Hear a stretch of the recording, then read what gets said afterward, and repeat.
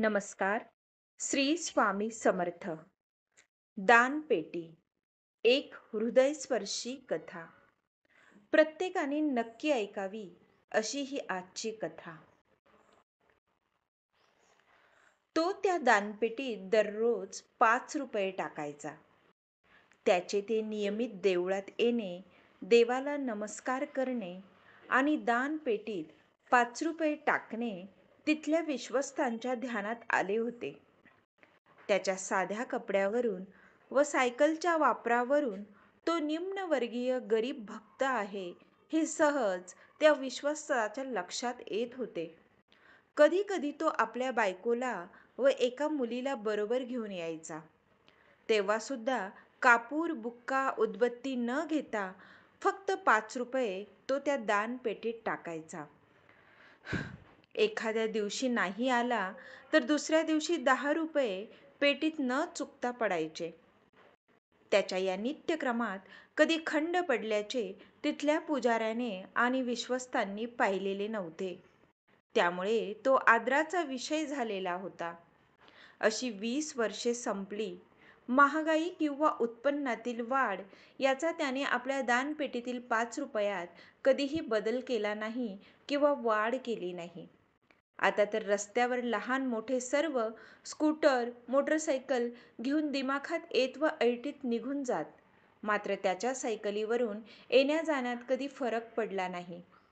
सध्या त्याचे आयुष्य थोडे ओढग्रस्त असावे असे जाणवत होते. तरीही दानपेटीतील 5 रुपयांचा नित्यक्रम त्या गरिबाने कधीही चुकविला नाही. त्याची मुलगी आता मोठी झाली होती व कदाचित तिची काळजी त्याला सलत असावी. कधी कोणाजवळ बोलला मात्र नाही. त्याला देवळाच्या ओट्यावर शून्यात नजर लावून बसलेला अनेक वेळा त्या विश्वस्तांनी पाहिले देखील. मात्र हा आपणहून कोणाशी बोलत नसे किंवा आपले दुखणे सांगत नसे. सध्या तो जास्तच चिंताक्रांत दिसत होता. एके दिवशी देवळाच्या विश्वस्तांनी हिय्या केला व आपुलकीने त्याला विचारले की सध्या तू असा चिंताक्रांत का दिसत आहे? तुझे काम सुटले आहे का? कसली चिंता तुला भेडसावत आहे का? तो कसनुसे हसला आणि बोलला, काही नाही हो. मुलीचे लग्न ठरले व पैशाची जोडणी काही झालेली नाही. स्थळ चांगले आहे. हातचे जाऊ नये असे वाटते, पण आता हात तरी कोणाकडे पसरायचे? मी हा असा पैशाने दुबळा कामाचा मालकही फारसे काही उचलून द्यायला तयार नाही. म्हणून काळजीत आहे इतकेच. बघू देव यातून कसा काय मार्ग काढतोय ते. अरे पण खर्च तरी किती आहे? 25-30 हजार तर नक्की लागणार हो. त्या दिवशी काय झाले कुणास ठाऊक. त्या विश्वासाच्या डोक्यातून तो विषय काही जाईना.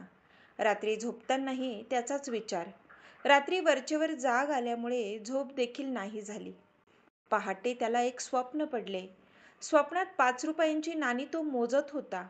जागा झाला व स्वप्न जसेच्या तसे त्याला आठवू लागले, खाऊ लागले. त्याने देवाकडे पाहिले. तो चोरासारखा बेरकी हसत असलेला त्याला दिसला. तो पटकन उठला, वही घेतली व हिशोब करू लागला. एकूण वर्ष 20, एकूण दिवस 7,300, दररोज 5ने झाले 36,500.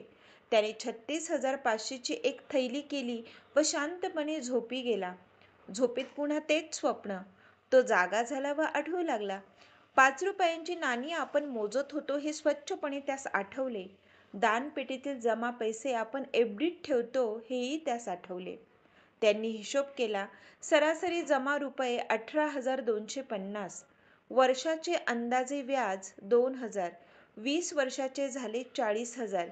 म्हणजे सरळ व्याजाने त्या गरिबाच्या दररोजच्या 5 रुपयांचे मुद्दलासह होतात रुपये 76,500.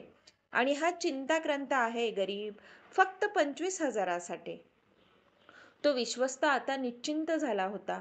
त्याने देवाच्या तिजोरीतून 76,500ची थैली तयार करून ठेवली. आता त्यास शांत झोप लागली. नेहमीप्रमाणे दुसऱ्या दिवशी तो गरीब देवळात आला. त्याने देवाला नमस्कार केला. तिथल्या दानपेटीत रुपये 5 टाकले व ओट्यावर जाऊन बसला. तो विश्वस्त देवळातील आणखी काही सज्जनांना घेऊन तिथे आला व त्याने थैली त्या गरिबाला दिली. सांगितले, बाबा रे, तू दररोज देवाला 5 रुपये प्रमाणे या 20 वर्षात 36,500 रुपये वाहिलेस. 20 वर्षात त्याचे 76,500 रुपये झालेत, जे देवाकडे सुरक्षित आहेत. आज तुझी नड आहे व देवाची इच्छा आहे की तुला हे पैसे उपयोगी पडू दे, म्हणून तुझे पैसे तू मोजून घे. गरीब चकित झाला. त्याला दिवसा उजेडा जसे काही मोठे स्वप्न पडले होते. तो ती थैली घेऊन देवाजवळ गेला व रडू लागला. सर्वजण खूप भावूक झाले. देव प्रसन्न हसत होता. गरीबाचा पाय देवळाबाहेर निघत नव्हता. तो मात्र थैली घेऊन तिथेच बसून राहिला. त्याची पत्नी व मुलगी त्याला शोधत देवळात आली. त्याने घडलेले वर्तमान त्या दोघींना सांगितले. त्यांच्या डोळ्यातून आनंदाश्रू वाहू लागले. बघणारे सर्वजण देवाचा जय जयकार करू लागले. आता पत्नी व मुलगी त्याला घरी चला असे विनवू लागली. पण त्याचा पाय काही तिथून निघत नव्हता. माझे दान देवाने परत तर नाही ना केले, असे त्याचे मन त्यास खाऊ लागले. काय करावे त्याला सुचेना. त्याने विश्वस्तांना बोलावले व मी जे देवाला 5 रुपये वाहिले त्याचे 20 वर्षात किती होतात असे विचारले. विश्वस्ताने सांगितले की 36,500 होतात. गरिबाने थैलीतील 36,500 रुपये काढले व पुन्हा त्या दानपेटीत टाकले. आता त्याच्या चेहऱ्यावरील ताण नाहीसा झाला. सर्व उपस्थित चकित झाले. त्यांनी त्याला विचारले की हे तू काय केलेस? तो बोलला, मी देवाला जेवढे वाहिले तेवढे परत करतोय. तो माझ्यासाठी देवाला मी दिलेला नैवेद्य होता. उद्याचा माझा 5 रुपयांचा नैवेद्य आता मी निश्चिंत मनाने देवास वाहीन. अन्यथा माझ्या येणाऱ्या रात्री मी तळमळत काढल्या असत्या. आता मला शांत झोप लागेल. देवाने दिलेल्या या उरलेल्या पैशात माझ्या मुलीचे लग्न अगदी थाटामाटात होईल. आता मी घरी जातो. आणि प्रसन्न चेहऱ्याने ते कुटुंब घरची वाट चालू लागले. देवाचा प्रसन्न चेहरा मात्र आणखी उजळला होता. थेंबा थेंबाने देवाकडे आपण साठवलेली कोणतीही गोष्ट, मग ते पैसे असोत किंवा देवाचे आशीर्वाद असोत, कालांतराने अशी महाकाय होत असते व आयुष्यातील कठीण वेळा सुद्धा सहज दूर करते. आपण निस्वार्थपणे केलेले कुठलेही सत्कार्य कधीच वाया जात नाही. केव्हा ना केव्हा आयुष्याच्या कुठल्या तरी टप्प्यावर ते तुम्हाला फळ नक्की देऊन जाते. व्हिडिओ आवडला असेल तर लाईक करा, शेअर करा, सबस्क्राईब करा आणि कमेंटमध्ये आपल्या महाराजांसाठी श्री स्वामी समर्थ असे नक्की लिहा. श्री स्वामी समर्थ.